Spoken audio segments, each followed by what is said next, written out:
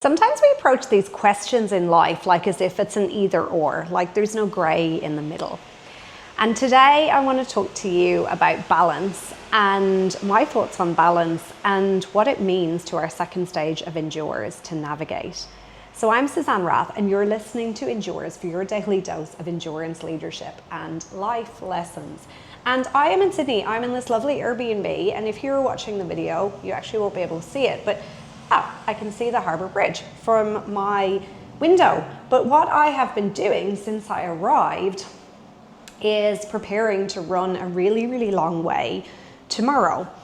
And this has got me thinking again about this idea of balance. Now, if you've been following me for a while, you'll know that I think that balance is a little bit of a myth. And I'm going to share with you a really great analogy that I heard recently on a podcast from another high performance consultant. It was on the Rich Roll podcast, actually, if you are interested, and I can find the episode and put it in the show notes. But so great, because he also was talking about this idea about balance not existing in the pursuit of excellence. So I want to show you, first of all, some of the stuff I've just been prepping. So I'm in this lovely Airbnb, and maybe when you go to an Airbnb, you might get some like wine, cheese, nice things. I literally have, you don't need to be following the video, a whole countertop full of rubbish. Now there's some dried figs, there's some pretzels, there's some hot cross buns. But for the most part, there is a pure carbohydrate and calorie fest. And that is to sustain me for the 8 hours of hiking and running on the trails tomorrow and on Friday as I prep for this Sydney to Newcastle run. But this is totally opposite to what I would normally buy in the shop. I don't normally go to the supermarket and buy pikelets and Nutella and chips. So it's not very balanced. It's certainly not what I would call a balanced diet. And so my thoughts on balance are that it has us going in multiple different directions and we're never really achieving anything. And so to really achieve our biggest goals and dreams in life, we have to get comfortable with boundaries. We have to get comfortable with identifying what the things we want to achieve are. And we have to get comfortable with not having this perfect illusion of balance all the time. The Instagram of the yoga class in the morning and the perfect house and the perfect aesthetics and the perfect clothes and the perfect makeup and the perfect job. I think wanting all of those things is a surefire way to burnout. And so let me share this analogy with you that was so great for me when I heard it the other day.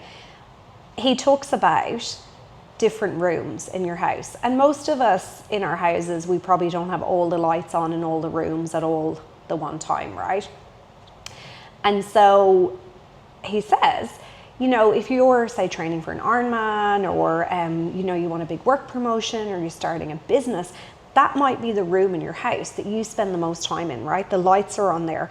And you've probably got a couple of areas of your life that you need to keep some little flicker lights in, right? So I need to keep the lamps going in my work, and I need to keep the lamp on in the room of my marriage.